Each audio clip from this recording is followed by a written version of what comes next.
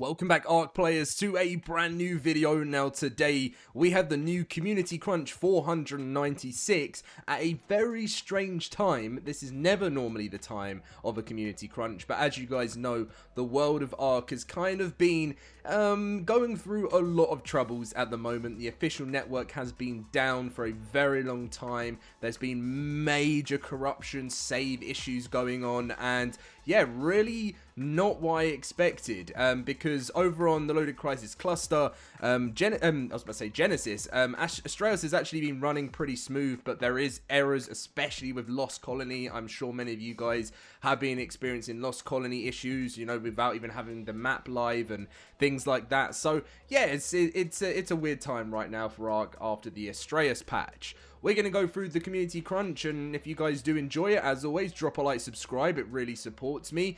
And yeah, as you can see, the Kraken is coming to ARK, and it's happening in a different way as expected. I thought this was going to be a separate,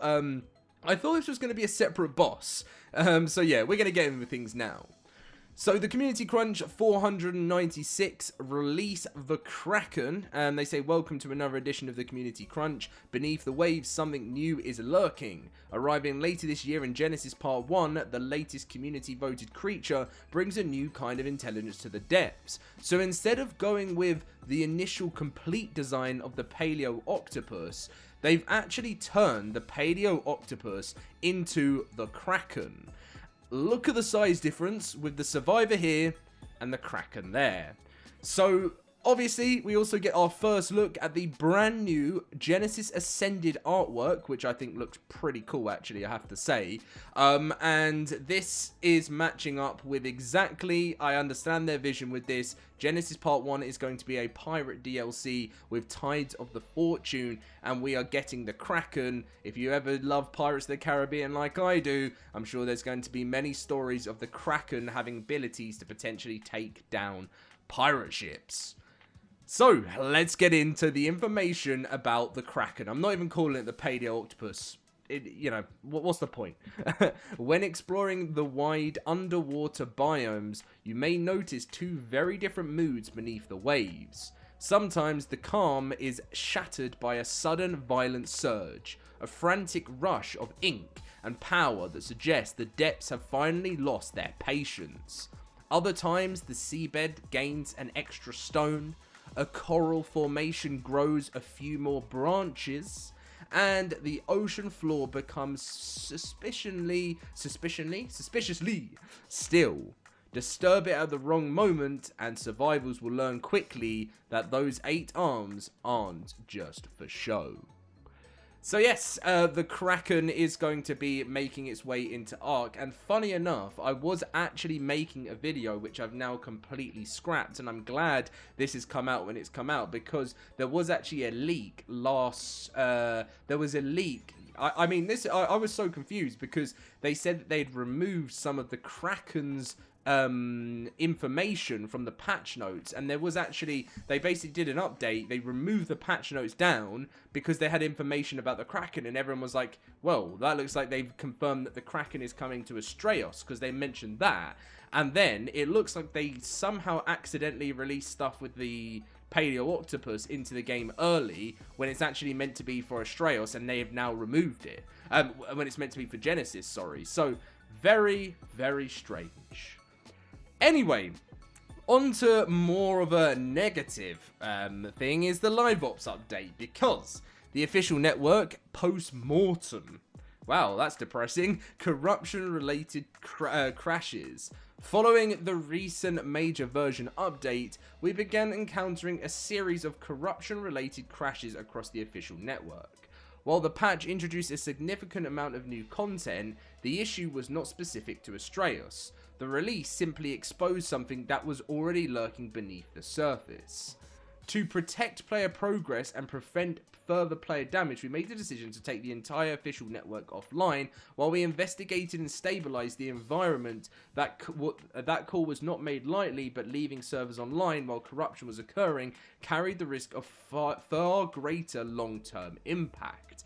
So, something just to mention here, in the LoadedCrysis cluster, if you want to come and join us, perfect time right now. No, it's because we've actually had our servers live, and Astraeos has actually been running really well for unofficial, which has been really nice for us, but we are still facing issues on other maps, mainly, where there is some of these crashes that got introduced with Lost Colony in December and then happened a lot through January. So like it's like not just one of these crashes returned, about 3 of these, like always like the biggest ones that you face have all just like found their way back into the game, and it's like constantly trying to battle that, and some of them have been so bad. It's like coming in with a triple threat of crash and corruption.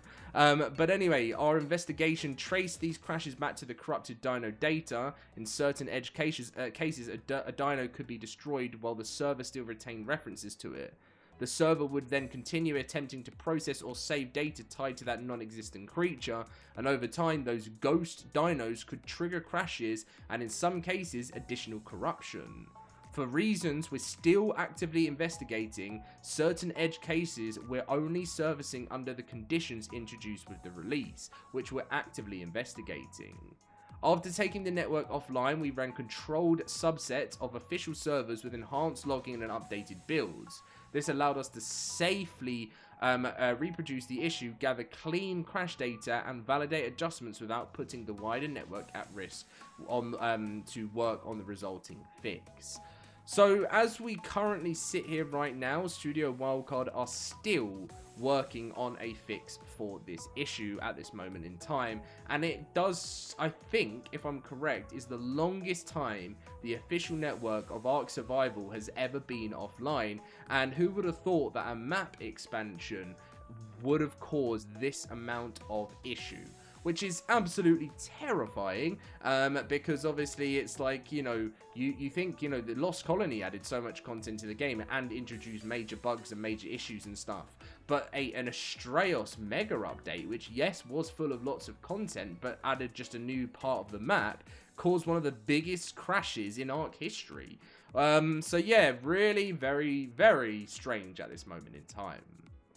So, as for an EVO event, they said, we will hold on running the EVO event while we continue monitoring. If servers remain stable during that window, we'll kick off a week-long EVO event running through to Monday the 9th. We know downtime on this scale is disruptive and we appreciate the patience while we work through this properly. Our goal was not just to bring the network back, but bring it back to being stable.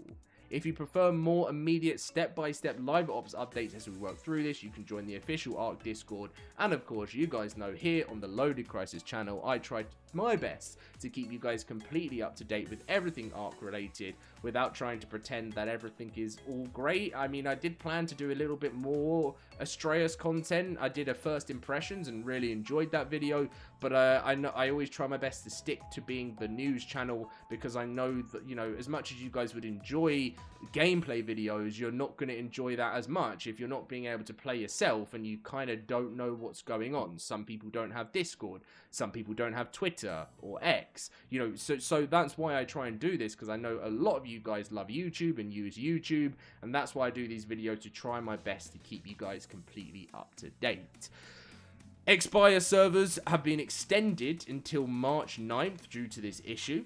And there is a mod spotlight of the week where we have Cyrus's Dragons, the Dracarys, we have Mana Structure skins, the Klinger Castle cosmetics, Clifton's premium outfits, Reaper suit, Woodborn tribe structure skin, the Soup Soul Slayer, and the Port of Atlas off-end update, which, to be honest, the Ports of Atlas is just like at a stage right now, right, where pretty much everything tends to be coming to Atlas. A lot of people were thinking that that was what was going to be happening with Genesis Part 1, but I do think they are, because they're getting a little bit of backlash, right, from the community saying, oh, you're only using you know, content from Atlas. But I think what they're doing with that is, yes, they are, whilst they are using Atlas on for potentially the pirate ships and everything like that.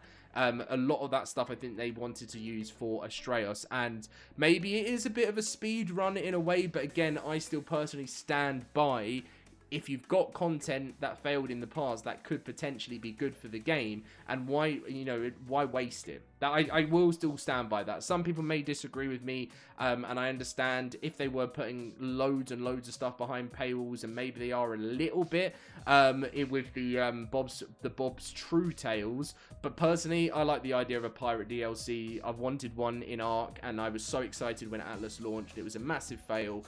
So for me, having a bit more of a stable version of Atlas, I cannot complain with. So yeah, that's pretty much, I think, everything you guys need to know. We got some awesome building beta tutorials and all of that kind of stuff. Back to basics on the Grand Tortuga, Superman, created by Tickle Monster. We have the ARK Utahraptor in Hell Creek. How the Lost Colony art contest got me into acting. Pretty cool. Oh wow, I made this little Deadpool Gloon. We always love that. And yeah, I mean, I always love it. There's never a bad community, like sort of community artwork. It's always fantastic. And this is what always shows what an amazing community we are. But oh, look who it is. The only person that's posted just now, released the Kraken from GP. Another great creator. So yeah, guys, to be honest, I'm going to do my very best to keep you guys completely up to date on all things regarding the ARK issues, and it's a real shame that this has caused major issues and players aren't being able to play at the moment, and unfortunately this could go on a bit longer. And with it being the weekend, it also kind of affects things a bit, because obviously people will be Wildcard will most likely be working over the weekend, but it's a little bit slower when it comes to some of those other bigger companies that they need to communicate with to release those certain features. So hopefully it can stay smooth. If you want to come and join us over on the LoadedCrysis cluster and you want to enjoy Astraeos, come and build your world over here, come and meet your new tribe, then come and do so, because we try to give you guys 24/7 support if we possibly can, especially when it comes to ARK issues, because I know playing on the official network causes, you know, most of the time's okay, and people like battling over on the official network, but when it's an issue like this, I would have thought, to be honest, it would have been more of an issue for unofficials. It seems to be officials that have been seriously affected. But anyway, guys, I hope you are getting your costumes ready. I've got my costume ready for the launch of Genesis Part 1 already, by the way, for when the videos come. I'm turning myself into Captain Jack himself, and we're going to be diving in to the Kraken, and we're going to be sailing the high seas with our tribes as we take down this beast and see, maybe, can we tame it? That would be interesting. Leave a like, subscribe if you did enjoy, and I'll see you in the next one.